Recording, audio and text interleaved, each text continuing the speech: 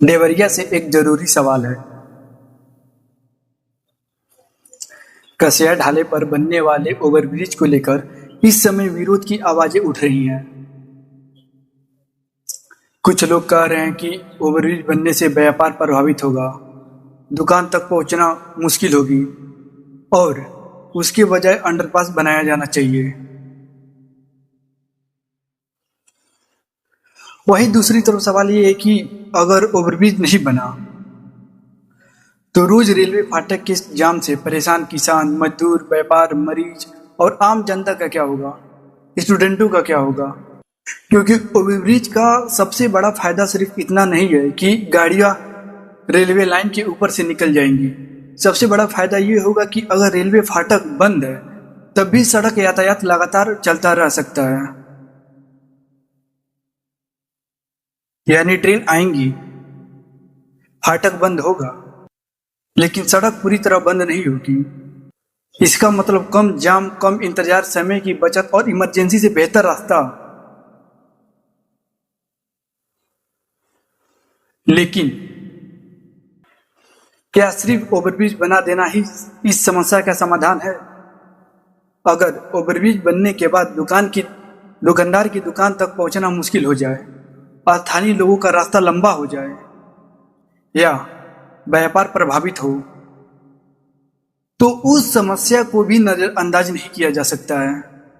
इसलिए आज की इस वीडियो में मैं किसी के पक्ष या विपक्ष में खड़ा होने से पहले कसिया ढाले की पूरी समस्या को समझाने की कोशिश करूंगा। ओवरब्रिज के विरोध की वजह क्या है? अंडरपास कितना बेहतर विकल्प हो सकता है? ओवरब्रिज बनने के आम जनता को वास्तव में कितना फायदा हो सकता है?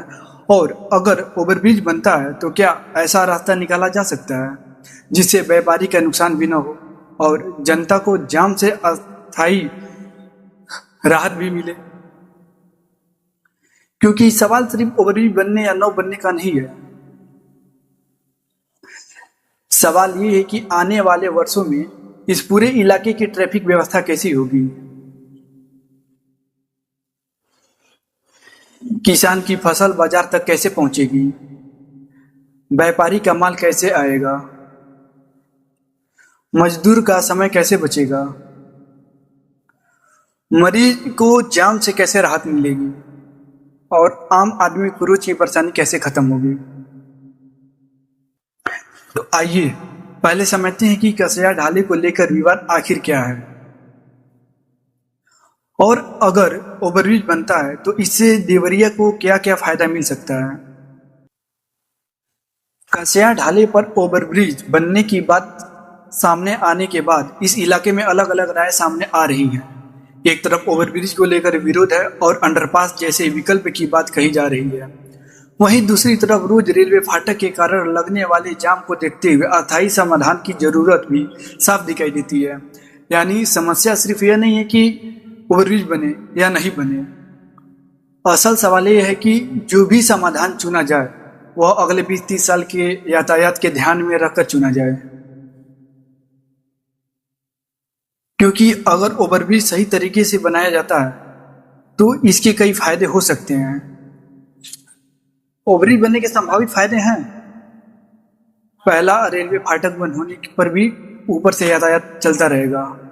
दूसरा, फाटक पर लगने वाले लंबे जाम और इंतजार में कमी आ सकती है। तीसरा, किसान, मजदूर और व्यापारी अपना समय बचा सकते हैं। चौथा, मरीज और एम्बुलेंस जैसी इमरजेंसी सेवाएं के लिए फाटक खुलने का इंतजार कम करना पड़ सकता है। पांचवा, अगर आसपास की सड़कें और कनेक्टिंग रास्ते सही तरीके से डिजाइन किए जाएं तो पूरे इलाके की ट्रैफिक मूवमेंट ज्यादा व्यवस्थित हो सकती है। और छठा, भविष्य में जैसे ट्रेनों की संख्या या रेलवे फाटक बंद होने की का समय बढ़ता है तब भी सड़क यातायात के बार बार रुकना नहीं पड़ेगा। लेकिन इन फायदों के साथ एक बहुत जरूरी बात है, ओवरब्रिज सिर्फ ऊपर के सड़क निकाल देने का नाम नहीं है।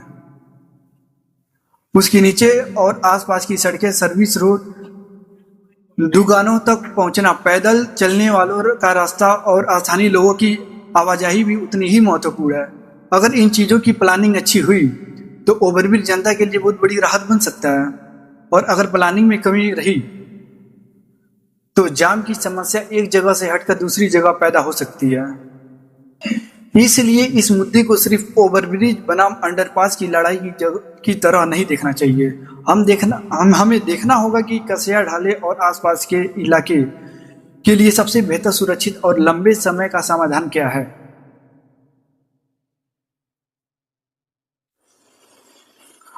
और इसी बात को समझने के लिए सबसे पहले उस इंसान की बात करते हैं जो इस सड़क का इस्तेमाल सबसे ज्यादा मजबूरी में करता है, किसान।